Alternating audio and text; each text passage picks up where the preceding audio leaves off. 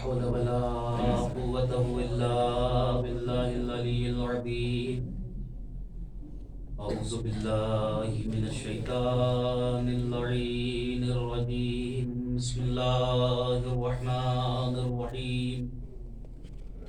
الحمد لله على ما أنعم وله الشكر على ما ألحم والثناء بما قدم من عموم نعم ابتدأها وسبوغ آلاء نسداها وتمام منن والاها وجمع عن الإحصاء عددها وناي عن الجزاء يمدها وتفاوت عن الإدراك أبدها وندبهم لاستزادتها بالشكر لاتصالها واستحمد إلى الخلائق بإجزالها والصنع بالندب إلى أمثالها والصلاة والسلام والتحية والإكرام على أمي القرشي الهاشمي المكي المدني وعلى الأطيبين الأطهرين المعصومين المنتخبين المنتجبين حبيب قلوبنا وطبيب نفوسنا مولانا ومولى الكونين جد الحسن والحسين أبي القاسم محمد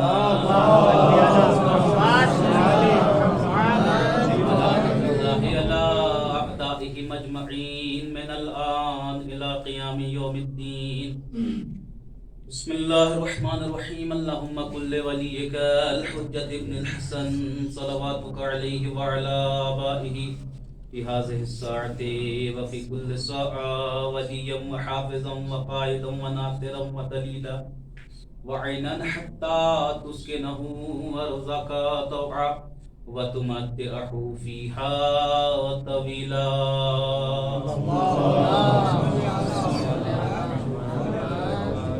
قال الله تبارك وتعالى في القرآن الحكيم. بسم الله الرحمن الرحيم.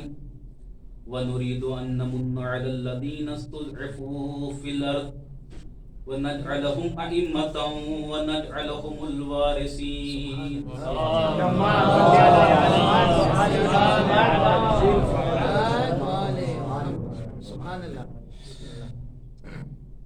میں نے جس آیہ کریمہ کی تلاوت کا شرف حاصل کیا ہے، یہ آیہ کریمہ سورہ قصص کی 5ویں آیہ کریمہ ہے کہ جس میں ارشاد خداوند متعال ہو رہا ہے کہ نریدو ان نمن علی الذین استضعفوا فی الارض، کہ خداوند متعال کا یہ ارادہ ہے کہ وہ ان لوگوں پر احسان کرنا چاہتا ہے کہ جنہیں زمین پر کمزور بنا دیا گیا ہے،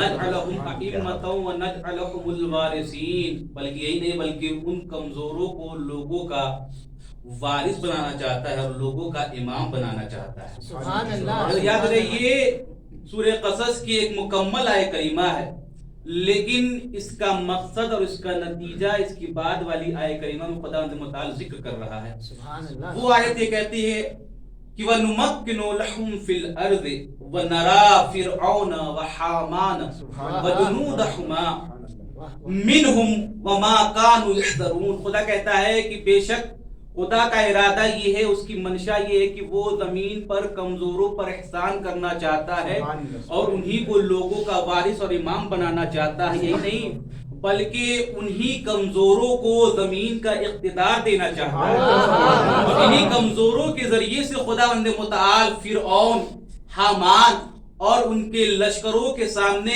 ایسا منظر پیش کرنا چاہتا ہے کہ جن منظروں سے یہ ڈرتے ہیں. خدا تو تیری منشا یہ ہے کہ تو یہ چاہتا ہے کہ تو کمزوروں پر احسان کر اور انہیں لوگوں کا وارث قرار دے اور اس پورے کرۂ زمین کا اقتدار عطا کر. لہذا تو یہ کیوں کرنا چاہتا ہے؟ بلکہ خدا جواب دے گا کہ ان الارض للہ، کہ بے شک زمین کس کی ہے؟ خدا کے لیے ہے. یورثھا من یشاء من عبادہ کہ خدا یہ چاہتا ہے کہ وہ جسے چاہتا ہے اپنی وراثت کا ورثہ دار بناتا ہے، اپنی وراثت کا خزینہ دار بناتا ہے، اپنی وراثت کا حقدار بناتا ہے۔ کیوں؟ اس لیے کہ والعاقبۃ للمتقین، اس لیے کہ عاقبت کا رب متقین سے ہے۔ تو یاد رہے کہ خدا کی منشا یہ ہے کہ اس کے بندے مرکز انوار الہی اور مرکز جمال الہی قرار پائے۔ کیوں؟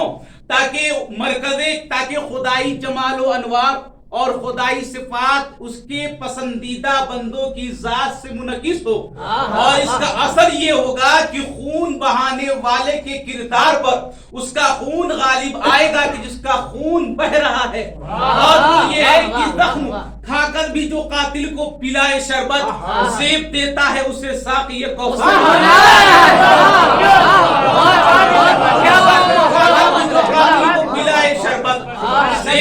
دیتا ہے اسے ساقی کوثر ہونا۔ یہ خداوند متعال کا لاکھ لاکھ کرم ہے کہ اس نے ائمہ اطہار علیہ السلام کی صورت میں ہمیں ایسے افراد عطا کیے ہیں کہ جن کی دانش و بینش، جن کی عالی و اعلیٰ صلاحیتوں کے فیض سے ہم انسان اپنے پیر پر کھڑے ہونے کے قابل ہوئے ہیں، کہ ان انوار الہی اور جوہر قابل پاکیزہ عمل سے آراستہ پاکیزہ شخصیات یعنی ائمہ اطہار علیہ السلام جب منبر رسول پر علم رسول کی ورثہ دار بن کر مطلع انوار بن کر ظاہر ہوئی، تو انہوں نے رشد و ہدایت کے بیان کو وہ اسلوب عطا کیا، ایک ایسا اسلوب عطا کیا کہ وہ اس آیہ کریمہ کی مصداق بن گئی۔ اور وہ آیہ کریمہ یہ ہے کہ ادعو الی سبیل ربک بالحکمت والموعظۃ الحسنہ وجادلہم باللتی ہی احسن، کہ اے رسول تم لوگوں کو میری راستے میری راہ کی جانب دعوت دو،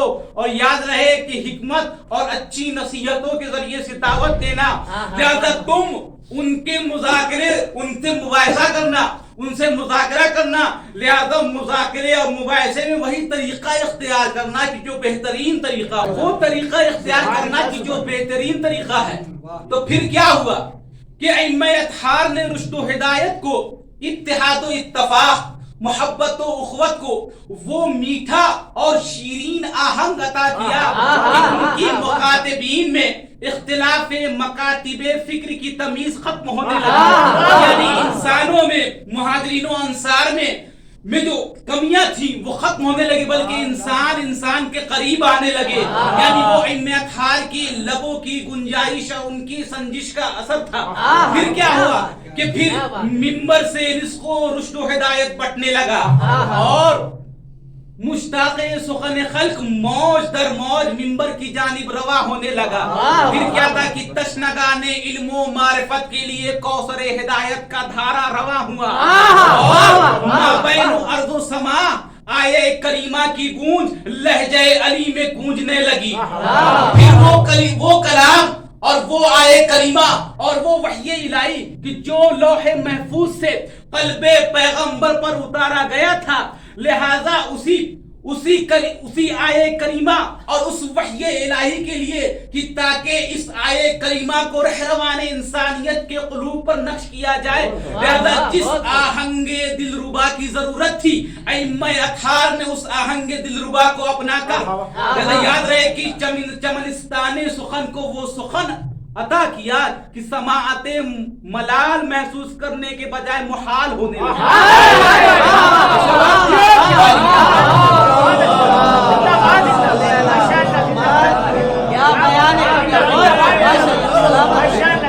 ایک بات کہنا چاہتا ہوں کہ جو معنوی فضا ناظم شعراء کرام کے ذریعے سے یہاں پر جو ہے وہ بن چکی ہے، اس معنوی فضا کو میں اٹھا نہیں پا رہا۔ اس معنوی فضا کی اتنی تاثیر ہے کہ میں اس فرش سے جو ہے وہ کسی اور ماحول میں پہنچ گیا ہوں۔ آپ دیکھیے، لہذا میں آپ کو اس مرحلے پہ لانا چاہ رہا تھا، لہذا وہ آیہ کریمہ لہجہ علی میں گونجنے لگی۔ لہذا آپ دیکھیے کہ ایک نغمہ کلام کا ہے اور ایک نغمہ دلوں کے احساس کا ہے۔ جو نغمہ کلام کا ہے اسے قرآن کہتے ہیں، جو نغمہ دلوں کے احساس کا ہے اسے دعا کہتے ہیں۔ آپ رکھیے، نغمے یعنی کلام کے نغمے کی بھی ضرورت تھی، اور دلوں کے احساس کے نغمے کی بھی ضرورت تھی.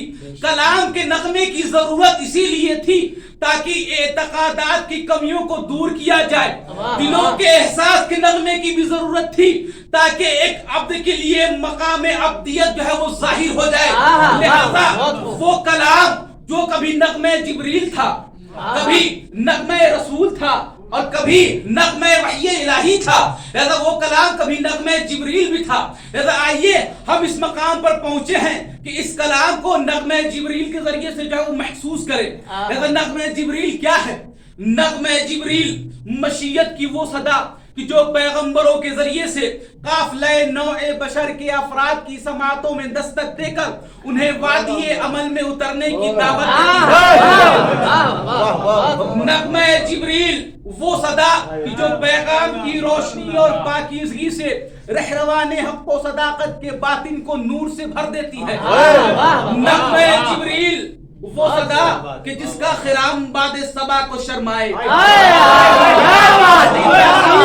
قلب مردہ کو زندہ کرے، جس کی موج لفظوں میں اترے تو مشیت حق کی ترجمانی کرے، جس کا تموج ہفت افلاک کی بلندیوں سے لے کر زمین کی وسعتوں تک کی فضاؤں میں ارتعاش پیدا کرے، جس کا اور سدرت المنتہا کی بلندیوں کو تہ دام کرتا ہوا نظر آئے، جس کا شوق کوثر کے کنارے ساقیے کوثر کے دیدار کے منظر کو مجسم کرے، جس کا شوق کوثر کے کنارے ساقیے کوثر کے دیدار کے منظر کو مجسم کرے. یہی نہیں بلکہ نغمہ جبریل وہ صدا کہ جو سرچشمہ نور سے ابھرتی ہے اور موج نور کے ساتھ سفر کرتی ہوئی سرزمین قلب میں اتر کر نور اور تجلیات کی فصل اگاتی ہے. نغمہ جبریل وہ صدا کہ جس میں جہان معنی و مطالب صرف معنی و مطالب ہی نہیں بلکہ آہنگ اور ردھم بھی منفرد ہے.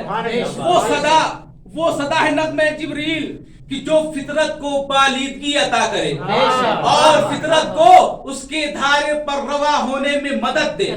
نغمہ جبریل وہ صدا کہ جو پاکیزگی و ہدایت کے منظروں سے جس کا انعکاس ہو، وہ صدا کہ جو کنایا ہے سیل نور کا، جو لباس صوت و صدا میں ڈھل کر روا ہو، کنایا ہے مسئولیت برپوش زندہ ضمیر لوگوں کی جانب انتقال فکر کا کہ جو فکر کے نمائندہ ہوتے ہیں، کنایا ہے احساس مسئولیت سے سرشار ان باہمت زندہ اور تابندہ شخصیات کی جانب انتقال فکر کا کہ جو فکر کے نمائندہ ہوتے ہیں. صلوات محمد والے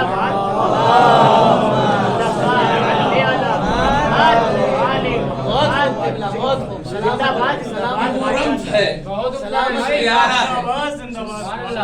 تمثیل ہے کہ جس کی جانب سے ہم آئے ہیں اور اسی کی جانب ہماری پاس گشت ہے.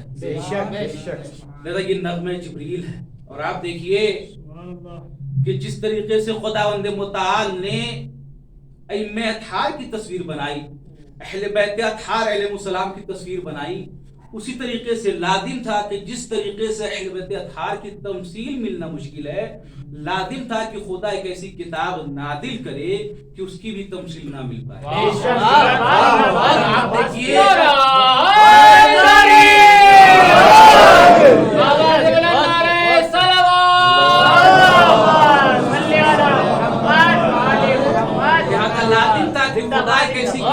نازل کرے کہ جو اپنے وجود میں قرآن ہو لیکن اس کے اندر توریت کا علم پایا جاتا ہے. ایک ایسی کتاب ہو کہ جو اپنے وجود میں انجیل ہو لیکن اس کے اندر انجیل کا، جو اپنے وجود میں قرآن ہو لیکن اس کے اندر انجیل کا علم پایا جاتا ہو. ایک ایسی کتاب ہو کہ جو اپنے وجود میں زبور ہو لیکن اس کے اندر، ایک ایسی کتاب ہو کہ جو اپنے وجود میں قرآن ہو لیکن اس کے اندر زبور جیسی کتاب کا بھی علم پایا جاتا ہو. لہذا یہ قرآن کریم کا، یہ قرآن کریم جیسی کتاب تھی کہ خدا نے قرآن کریم جیسی کتاب نازل کی تو لوگوں سے یہ کہا کہ اگر تم میں اتنی قوت ہے تو تم قرآن جیسی کتاب کی مثل لے آؤ. اگر یہ بھی نہیں تو قرآن کا ایک سورہ لے آؤ. اگر تم اپنی بات میں سچے ہو یاد رہیے کہ یا تو قرآن کی عظمت اہل بیت بتائیں گے یا اہل بیت کی عظمت قرآن بتائے گا. یعنی منزل اہل بیت کیا ہے یہ قرآن بتائے گا، اور منزل قرآن کیا ہے یہ اہل بیت بتائے گا۔ لہذا آئیے جانے اہل بیت اطہار علیہ السلام سے کہ خود قرآن مجید جیسی کتاب کی منزل کیا ہے اور اس کتاب کی عظمت کیا ہے۔ لہذا شروع کرتے ہیں۔ رسول اکرم حضرت محمد مصطفیٰ صلی اللہ علیہ وسلم کی نگاہ میں یہ کتاب متن و محتوا کے اعتبار سے کتاب ہدایت ہے، ایک ایسی کتاب ہے کہ جس کا اعجاز نوری فضیلتوں پر مشتمل ہے کہ جہاں کنایا، استعارہ اور تمثیل کی بھی تمثیل نہیں ملتی ہے۔ مولا کائنات کی نگاہ میں یہ کتاب زمانے کے فرسودہ ہو جانے کی بعد بھی کبھی فرسودہ نہیں ہوتی ہے، بلکہ یہ کتاب ایک ہدایت گر، معدن علم، معدن ایمان اور نور علم کا چشمہ فیض ہے۔ ایک ایسی کتاب ہے کہ جس کتاب میں غیب کی خبریں بھی ہیں اور آئندہ کی گزارشات کو پیش کرتی ہے۔ یہ کتاب شہزادی کونین حضرت فاطمہ الزہرا سلام اللہ علیہا کی نگاہ میں یہ کتاب جو ہے وہ محتوائے الہی کی مالک ہے، محتوائے الہی سے برخوردار ہے یہ کتاب۔ کیوں؟ اسی لیے کہ اس کا استماع اپنے مستمعین کے لیے ترقی اور ہدایت کا موجب ہے۔ اسی لیے کہ اس عبارت خاص کی خصوصیت دنیا مادی و معنوی کی کسی کتاب میں نہیں ملتی ہے۔ امام حسن کریم فرماتے ہیں کہ ایک ایسی کتاب ہے کہ جو برجستہ بصیرت کی مالک ہے۔ امام حسین کے نزدیک اس کتاب کا امتیاز ایک ایسا امتیاز ہے کہ جس کا امتیاز 4 امتیازات اور 4 انوار میں منتشر ہو چکا ہے۔ عبارات، اشارات، لطائف اور حقائق۔ عبارات کس کے لیے ہیں؟ عبارات عوام الناس کے لیے ہیں۔ اشارات کس کے لیے ہیں؟ اشارات خواص کے لیے ہیں۔ لطائف کس کے لیے ہیں؟ لطائف اوصیاء الہی کے لیے ہیں۔ اور حقائق کس کے لیے ہیں؟ حقائق انبیاء الہی کے لیے ہیں۔ امام سجاد فرماتے ہیں کہ یہ کتاب ایک ایسی کتاب ہے کہ جس میں بشریت کے تمام مطالب و اسلوب موجود ہے۔ امام محمد باقر علیہ السلام کے نزدیک یہ کتاب قسط و عدل و عدالت کا محور و میزان ہے۔ اور امام فرماتے ہیں کہ ایسی کتاب ہے کہ جس کا امتیاز، جس کی عظمت اس کے متن و محتوا میں مخفی ہے۔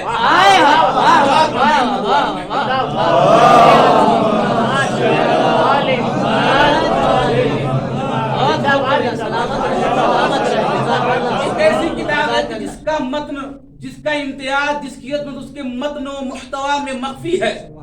لہذا لازم ہے کہ انسان اگر یہ چاہتا ہے کہ قرآن کی عظمت کو سمجھے، انسان اگر یہ چاہتا ہے کہ اہل بیت کی عظمت کو سمجھے، تو لازم ہے کہ انسان اپنی ذات کی عظمت کو سمجھے۔ کیوں؟ آپ دیکھیں کہ انسان کی تعریف میں کہا گیا کہ انسان وہ ہے کہ جو اپنی خواہشات کو حق کے ساتھ رکھے، نہ کہ حق کو خواہشات کے ساتھ رکھے۔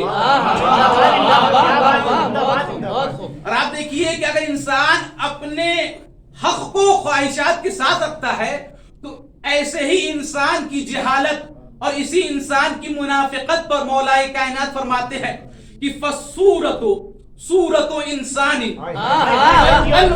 قلب حیوان لا يعرف باب الهدى فيتبع ولا العمى فيصد عنه فذلك ميت الاحياء۔ امام کہتے ہیں کہ دیکھو ایسا انسان ظاہراً جو ہے وہ انسان کی شکل رکھتا ہے لیکن اس کا قلب جو ہے وہ مثل حیوان ہے۔ کیوں؟ اس لیے کہ نہ وہ ہدایت کی راہ کو جانتا ہے، نہ وہ راہ ہدایت کو پہچانتا ہے کہ اس کا اتباع کرے، اور نہ ہی گمراہی کی راہ کو جانتا ہے کہ اس سے پرہیز کرے، بلکہ ایسا انسان چلتی پھرتی لاش ہے۔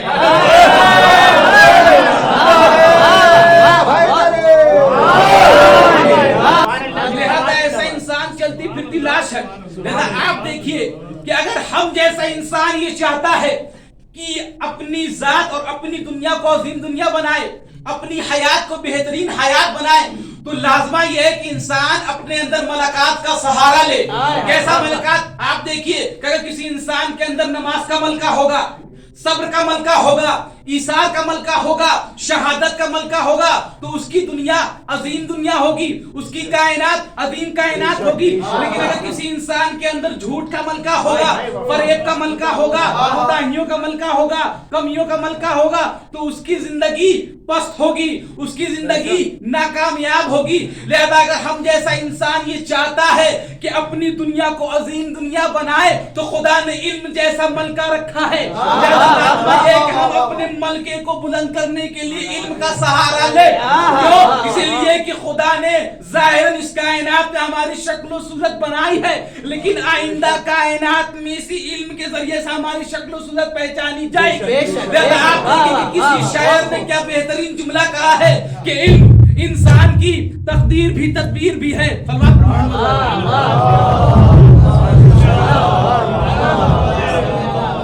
شاعر نے کہا کہ علم انسان کی تقدیر بھی تدبیر بھی ہے، علم افکار کی یلغار میں شمشیر بھی ہے، علم ہے حق صلہ عزت و توقیر بھی ہے، علم احمد بھی ہے، حیدر بھی ہے، شبیر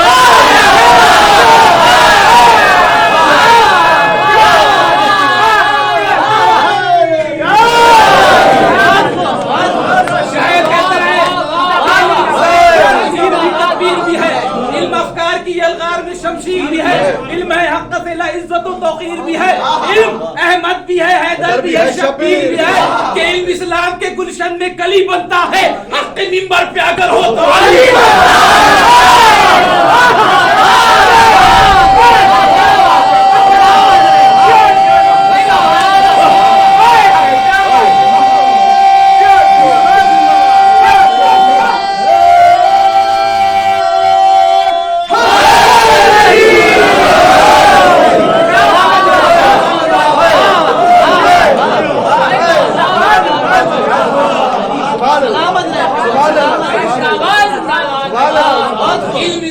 اسلام کے گلشن میں کلی بنتا ہے، حق کے منبر پہ اگر ہو علی بنتا ہے. کیوں اس مجلس کا وقار کیوں بیان کیا جاتا ہے؟ اسی لیے کہ کسی شاعر نے کیا کہا کہ اگر نماز و مجلس شبیر کا ہے ایک وقار، نماز و مجلس شبیر کا ہے ایک وقار، ہے قرب حق کا ارادہ تو آؤ مجلس میں،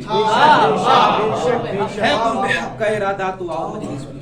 ذات دیکھیں کہ یہ انسان کی ملکات کا اثر ہے کہ انسان برزخ سے لے کر قیامت تک کی دنیا میں جو ہے وہ اپنے علم کے ذریعے سے پہچانا جاتا ہے.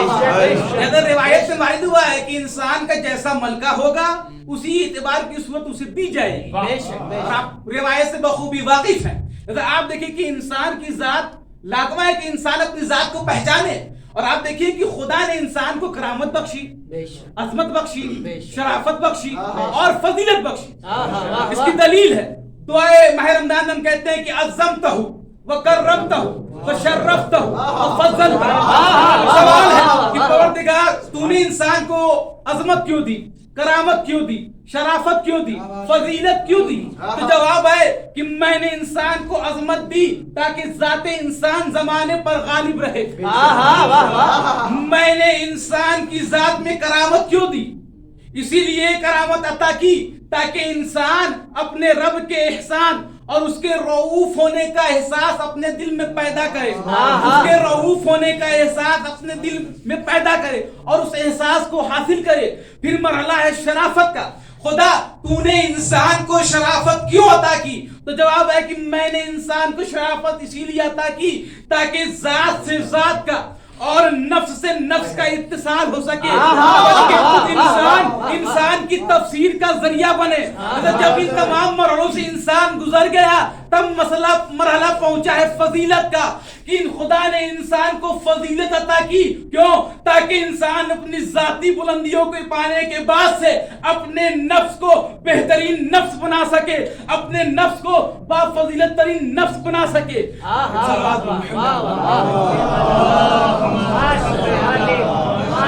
اپنے نفس کو بہترین نفس بنا سکے، اپنے نفس کو بافضیلت ترین نفس بنا سکے.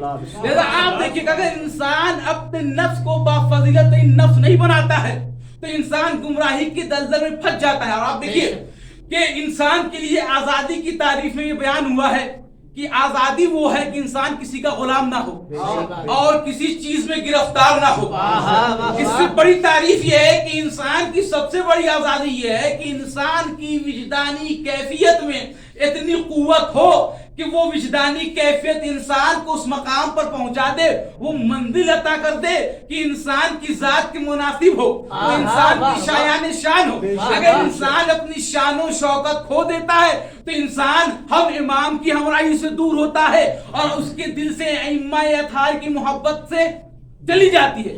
آپ دیکھیں کہ جن انسانوں کے دلوں سے ائمہ اطہار کی محبت چلی گئی، یا وہ انسان کہ جنہوں نے ائمہ اطہار کی ہمراہی سے دوری اختیار کی، ایسے ہی لوگوں کے لیے جناب زینب نے فرمایا ہے. وہ کیا ہے؟ آپ دیکھیے کہ جناب زینب کہتے ہیں کہ یا اہل الکوفہ یا اہل القتل والغدر. جناب زینب کہتے ہیں کہ اے اہل کوفہ، اے دھوکہ دینے والے، اے فریب دینے والے، اے غدار انسان. اور آپ دیکھیں کہ جو انقلاب مظلوم کربلا مدینے سے لے کر کربلا آئے، اسی انقلاب کو جناب زینب اور امام سجاد مدینے سے لے کر کوفہ سے لے کر شام، پھر شام سے لے کر کربلا، پھر کبھی کربلا سے مدینے لے کر آئے. لیکن یہی نہیں بلکہ یہ ایک ایسا انقلاب تھا کہ جو بعد کربلا اتنی مصیبتوں سے دوچار تھا، لیکن پھر بھی اللہ نے عظمت زینب. آپ دیکھیں کہ جناب زینب سے منسوب 2 خطبے ہیں. جناب زینب نے جو یہ کہا کہ یا اہل الکوفہ یا اہل القتل والغدر، میں اس کی تشریح کروں گا. اور آپ دیکھیں کہ یہ جملہ ہو بہو مولا کائنات کی طرح ہے. جناب زینب نے اپنے خطبے کا آغاز کیا. جناب زینب کہتی ہے کہ بسم اللہ الرحمن الرحیم، الحمد للہ والصلاة علی ابی محمد وآلہ الطیبین الاخیار. جناب زینب نے اپنے خطبے کا آغاز کچھ محتوا اور عنوان کے تحت کیا. جناب زینب کے خطبوں میں کچھ محتوا اور عنوان پائے جاتے ہیں. پہلا عنوان یہ ہے کہ جناب زینب اپنے خطبے کے ذریعے سے یہ بتانا چاہتی ہیں کہ دیکھو، ہر مسلمان کا فرض ہے کہ جب بھی اپنے اعتقاد اور اپنے عقیدے کو ظاہر کرے تو 2 رکن کی بنیاد پر، ایک توحید اور ایک نبوت. یہی 2 ارکان ہیں جس پر اسلام کی بنیاد ہے، ایک توحید اور ایک نبوت. لہذا جناب زینب نے جب اپنے اعتقاد کو جو ہے وہ ظاہر کیا، صرف توحید اور نبوت کے مرحلے پر آ کر نہیں رکی بلکہ ائمہ اطہار کی عظمت کو ظاہر کر دیا اور یہ بتایا کہ دیکھو، اگر تم یہ چاہتے ہو کہ توحید اور نبوت کے بعد سے تمہاری ذات اور تمہاری عظمت اور بلند ہو تو تمہارے لیے لازم ہے کہ اہل بیت کی ہمراہی کو حاصل کرو. جناب زینب نے اپنے وجود کو اہل بیت اطہار اور محمد آل محمد کے ذریت میں قرار دے کر یہ ظاہر کر دیا کہ اموی حکومت کا پردہ فاش کس طریقے سے کیا جاتا ہے. یہ پہلا مرحلہ تھا.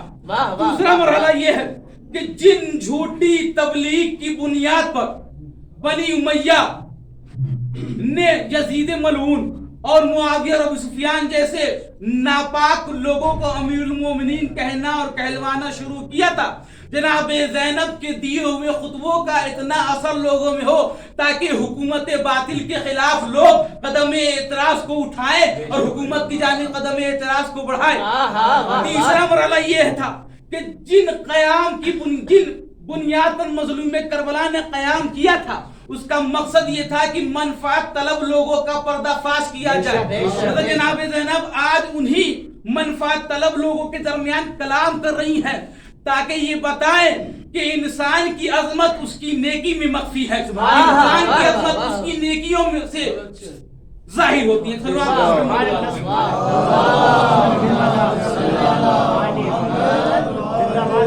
انسان کی عظمت اس کی نیکیوں سے ظاہر ہوتی ہے. جیسے جناب زینب نے فرمایا کہ یا اہل الکوفہ یا اہل القتل والغدر، اے اہل کوفہ، اے فریب کار انسان، اے دھوکہ دینے والے. آپ دیکھیں کہ یہ وہی انداز ہے کہ آج سے 40 ہجری میں جس طریقے سے مولا کائنات نے ارشاد فرمایا تھا کہ جب مولا کائنات نے کوفیوں سے یہ کہا کہ چلو شہر انبار کا دفاع کرتے ہیں، تو کوفیوں نے مولا کائنات کی بات کو قبول نہیں کیا، مولا کی بات پر لبیک نہیں کہا. لہذا مولا کائنات نے فرمایا تھا کہ یا اشباح الرجال ولا رجال ربات الحجال. امام کہتے ہیں کہ اے مرد نما لوگ کہ جن میں روح مردانگی نہیں ہے. پھر امام نے کیا کہا؟ پھر امام نے فرمایا کہ وہ حلوم الاطفال، اے وہ لوگ کہ جن کی فکر جو ہے وہ اطفال کی مانند ہے، بچوں کی فکر کی مانند ہے. پھر مولا نے کہا کہ تمہاری عقلوں پر جو ہے وہ عورتی فکر کے پردے پڑے ہوئے ہیں. آپ دیکھیے کہ جناب زینب کا کلام ویسا ہی تھا جیسا کلام مولا کائنات کا تھا. لہذا یہی وجہ ہے کہ جیسے ہی جناب زینب کا کلام تمام ہوا، کسی راوی نے یہی کہا کہ ایسا لگ رہا ہے کہ آج کوئی خاتون نہیں بلکہ علی گویا ہو گئے ہیں. اس لیے کہ آج زینب نہیں بلکہ ابو طالب کا لہو بول رہا ہے. آج زینب نہیں بلکہ شہزادی کونین کی تربیت کی تاثیر بول رہی ہے، اور آج علم علی کا اثر بول رہا ہے.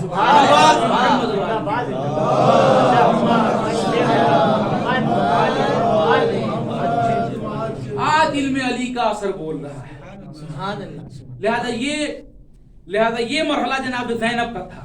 اور آپ دیکھیے کہ کیسے ممکن ہے کہ جس انسان پر تمام تر قوت الہی کا اثر ہو اور وہ دشمن کی بات سنے اور چپ رہے. آپ دیکھیں کہ ممبر کا فیض کیا ہے، ممبر کی ذمہ داری کیا ہے. جناب سجاد نے دربار یزید نے ممبر کی طرف اشارہ کیا ہے. جب دربار یزید میں یزید کا ایک خطیب جب یزید کو امیر المومنین کہہ کر اس کے فضائل و مناقب ناپاک فضائل کو بیان کر رہا تھا تو مولا نے یہی کہا تھا کہ ویلک ایھا الخاطب اشتریت رضا المخلوق بسخط الخالق. کہ ویل ہو اے خطیب، تجھ پر ویل ہو کہ تو نے مخلوق کی رضا کے لیے خالق کی غضب کو خریدا ہے. فتبوأ مقعدک من النار، اب تیرا ٹھکانہ کیا ہے؟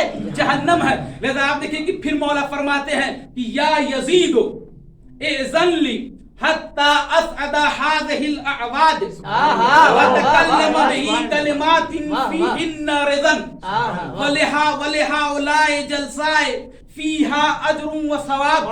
کہتے ہیں کہ اے یزید اب میں اجازت چاہتا ہوں تاکہ اس لکڑی کے ڈھانچے پر قدم رکھوں. امام نے یہ نہیں کہا کہ میں اس منبر پر قدم رکھوں، بلکہ امام نے یہ کہا کہ میں اس لکڑی کے ڈھانچے پر قدم رکھوں. امام یہ بتا رہے ہیں کہ جس مجلس میں یزید جیسے فاسق و فاجر کی فضائل بیان کی جائے وہ مجلس گناہ و معصیت ہے، مجلس فضائل نہیں ہو سکتا.